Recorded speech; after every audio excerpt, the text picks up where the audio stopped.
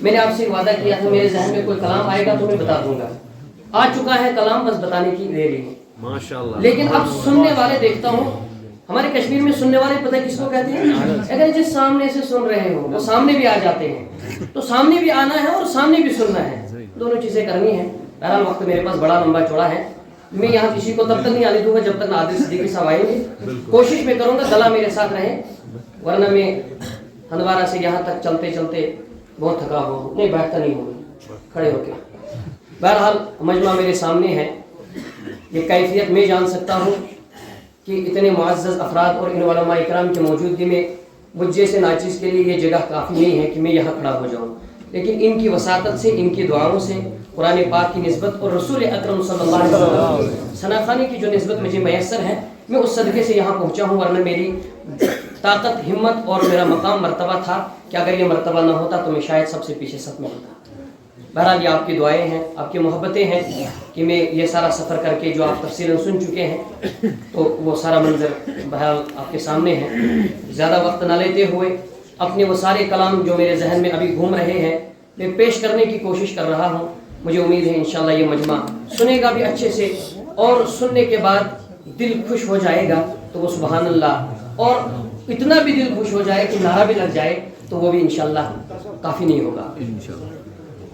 سرور عالم کی سنت سے محبت کیجئے، سرور عالم کی سنت سے محبت کیجئے، سرور عالم کی سنت سے محبت کیجئے، سرور عالم کی سنت سے محبت کیجئے، سرور عالم کی سنت سے محبت کیجئے.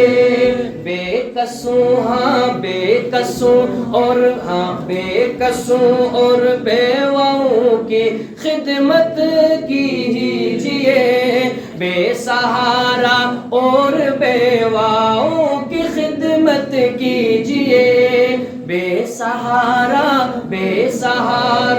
اور بیواؤں کی خدمت کیجئے. ایک منظر پیش کرنے کی کوشش کر رہا ہوں. ہمارے سامنے ایک منظر ہے غزہ کا، فلسطین کا، لیکن اس منظر کے پیچھے ایک بہت بڑی لاجک ہے، وہ پیش کرنے کی کوشش کر رہا ہوں. لگ چکے اقصیٰ میں جب صف تو کہا جبریل نے، لگ چکے اقصیٰ میں صف جب تو کہا جبریل نے، اے امام الانبیاء چلیے امامت کیجئے، اے امام الانبیاء چلیے امامت کیجئے. ابھی یہ کلام آپ کی سمجھ میں نہیں آئے گا، سمجھ آئے گا میں دوبارہ پڑھوں گا، سمجھ آئے گا تب سبحان اللہ کہہ دینا. لگ چکے اقصیٰ میں جب صف تو کہا جبریل نے، اے امام الانبیاء چلیے امامت کیجئے، اے امام الانبیاء چلیے امامت کیجئے. اور سازشیں گہری بہت کی، ہاں سازشیں گہری بہت کی دشمنوں نے دین پر، اپنی اپنی اپنی اپنی اپنی اپنی بیٹیوں کی خود حفاظت کیجئے، اپنی بیٹیوں کی خود حفاظت کیجئے. یہ شعر ایسا شعر ہے کہ اگر آپ اس کے ضمن میں جاؤ گے تو پھر تو سبحان اللہ بنتا ہے. سازشیں گہری بہت کے دشمنوں نے دین کی، اپنی اپنی بیٹیوں کی خود حفاظت کیجئے، سبحان اللہ، اپنی اپنی بیٹیوں کی خود حفاظت کیجئے.